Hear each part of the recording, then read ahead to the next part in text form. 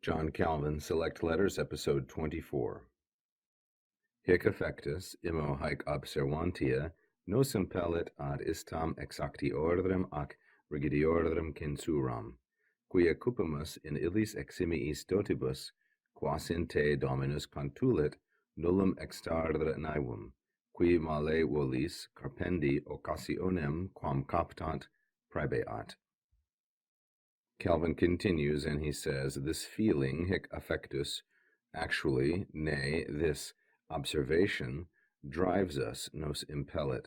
We have a subject here, hic affectus, in the masculine singular and nominative. Affectus is fourth declension, and then he restates it with immo, no, really, haec observantia. So it's not so much a feeling, affectus, as it is an observation. And haec observantia is feminine, singular, and nominative. This observation compels us or drives us ad istam, etc., toward that exactiorem, that more precise, ac rigidiorem, and that more inflexible moral judgment, censuram. So the object of the preposition ad is censuram, which is feminine singular and accusative, and then it has three modifiers. First, istam, then exactiorem, which is a comparative adjective, and finally, rigidiorem, which is also a comparative adjective.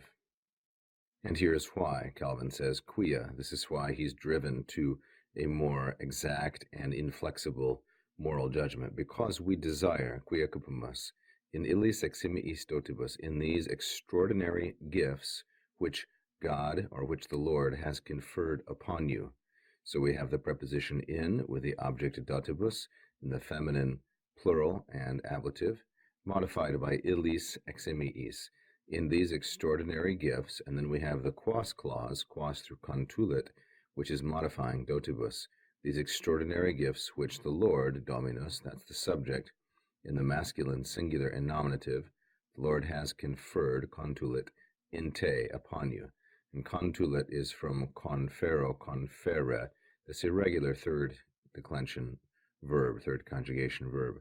In these extraordinary gifts which the Lord has conferred upon you, we desire, cupimus, nullum extara naevum, that there exist no blemish. So naevum then is masculine singular and accusative. It's the subject of the infinitive extara, and nullum is its predicate. And then this last clause, qui through praebeat. Praebeat is a subjunctive, so this is going to be a relative clause of characteristic. This last clause modifies naevum. What kind of a blemish is it? It's a blemish which, to people of ill will, malevolis, that's a dative, indirect object, to people of ill will, an opportunity for complaining, carpendi occasionem, or an opportunity of grasping at something which they can criticize, this blemish will offer, praebeat, or to put it in better English, that there exists no blemish which might provide praebeat. This is from praebeo, praebere, second conjugation, which might provide to those of ill will an opportunity, carpendi occasionem, an opportunity for grasping at something that they might criticize, quam captant. And finally, carpendi here is a gerund from the third conjugation verb carpo, carpere, and this gerund is a genitive dependent on occasionem, which is the object of praebeat.